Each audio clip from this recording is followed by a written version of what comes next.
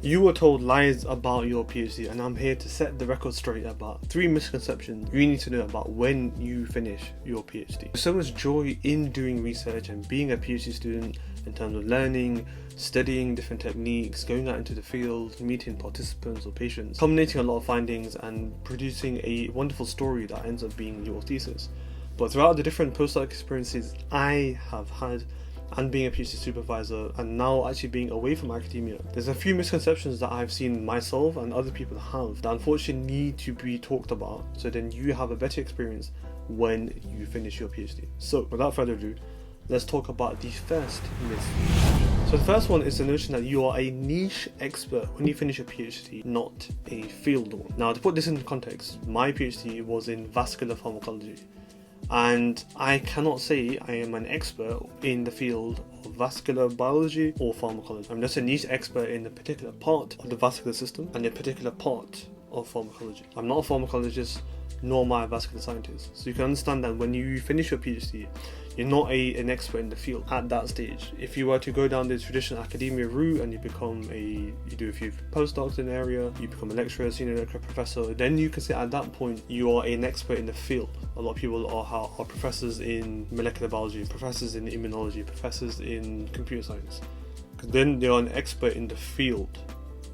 But as a PhD graduate, you're an expert in a particular part of that field that only probably 5 or 10 people know, just like you do, around the world, which is pretty cool, but also a reality check, which is we don't know a lot. So we have to understand and appreciate that concept that when you finish your PhD, be aware that you might have a lot of pressure self-imposed and by others when you're applying for different roles, that you are an expert in the field. You're happy to say that, no, I'm a niche expert in the field of X, Y, or Z, and then my PhD within this area. Unfortunately, I don't know enough about other areas, but I do know a lot about this, and my skills and my experiences are transferable to different parts of the field that I was in, or into a different field entirely. So be aware that you are a niche expert, not a field one. So, question is, what is misconception number 2? This one really got me because it's the notion of employability and having a PhD. Now, I used to think before I started my PhD and when I did my PhD and even actually after, that having a PhD makes you more employable. Problem is, it actually in reality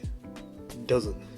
And this hit home like a ton of bricks, that a lot of people who had PhDs were applying for roles that didn't require one, and they were up against people who didn't have a PhD, and they were actually better candidates because they had more suited experience in the role that they were applying. Now, you can imagine, to no disrespect to other candidates, but you would think or you would assume that having a PhD would set you far out. But unfortunately for certain roles, it's not required, and it actually comes at a detriment because you might be overqualified, which is the number of things. 2, you might not be needed in that because you might not need a research role because there may be more teaching experience is needed. So you can imagine that it's not, unfortunately, as glorified as it maybe sometimes should be, depending on what job you applied for. But when you're applying for roles in terms of teaching in certain areas of academia, certain industry roles, PhD is not required, and it doesn't actually make you more employable, because sometimes it can be at your detriment. So irrespective of the research field that you might be into, or you might be considering doing a PhD, and this is still important, don't assume that, okay, I'm going to do a PhD because it's going to help me to get better jobs.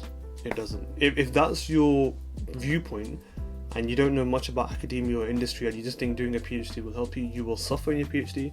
And if you somehow manage to finish one, you will be back to where you were before, because a PhD still won't actually massively increase your chances of getting the jobs.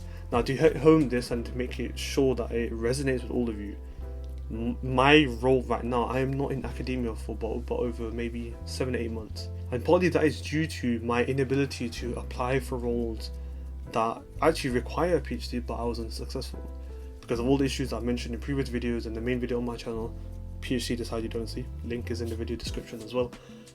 I was unable to put papers in, because I didn't get paid for my PhD, and all of that stuff is already there. I won't go into it in detail. I was unable to apply for roles that required a PhD and even didn't require a PhD. I remember when I finished my PhD, I was applying for a lab technician role. Unfortunately, I didn't get it because I was overqualified and didn't have suited experience.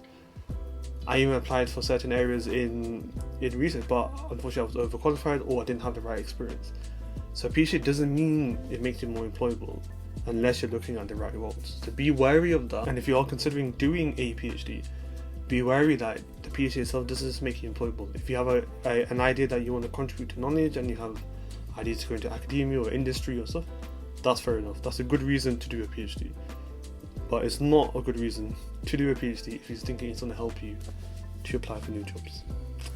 Misconception number 3. Now, generally, misconception itself has a bad term, but this third one is a positive misconception that I'm hoping to help you understand.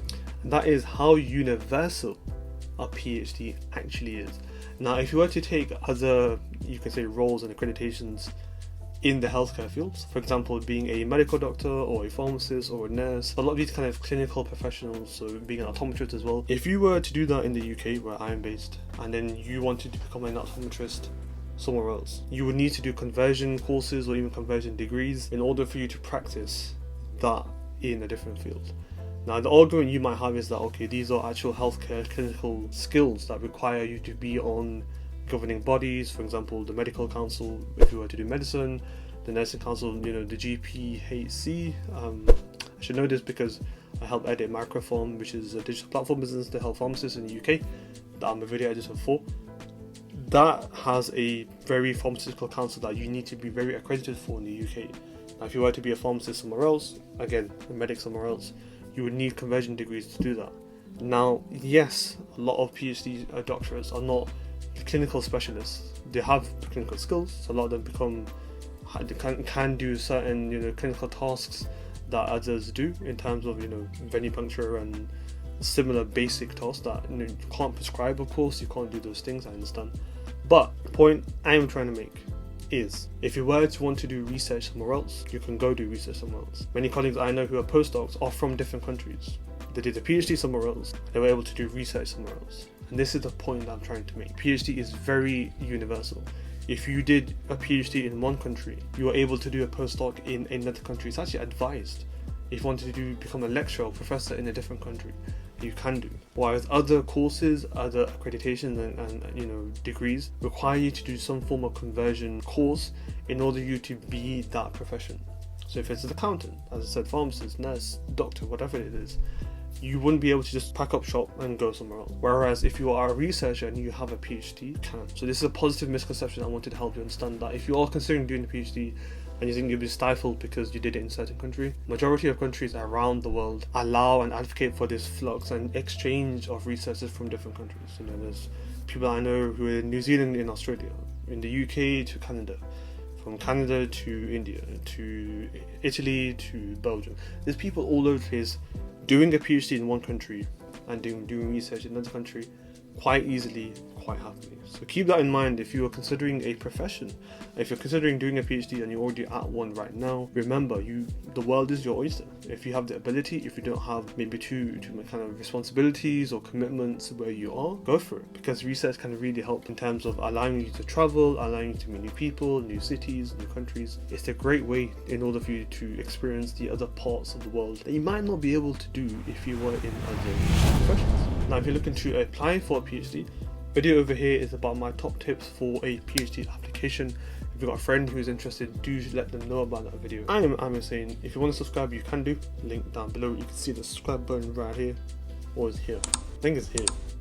Yeah, probably here. If you can, that'd be super helpful. And I shall see you in the next one. Thanks for watching. Take care.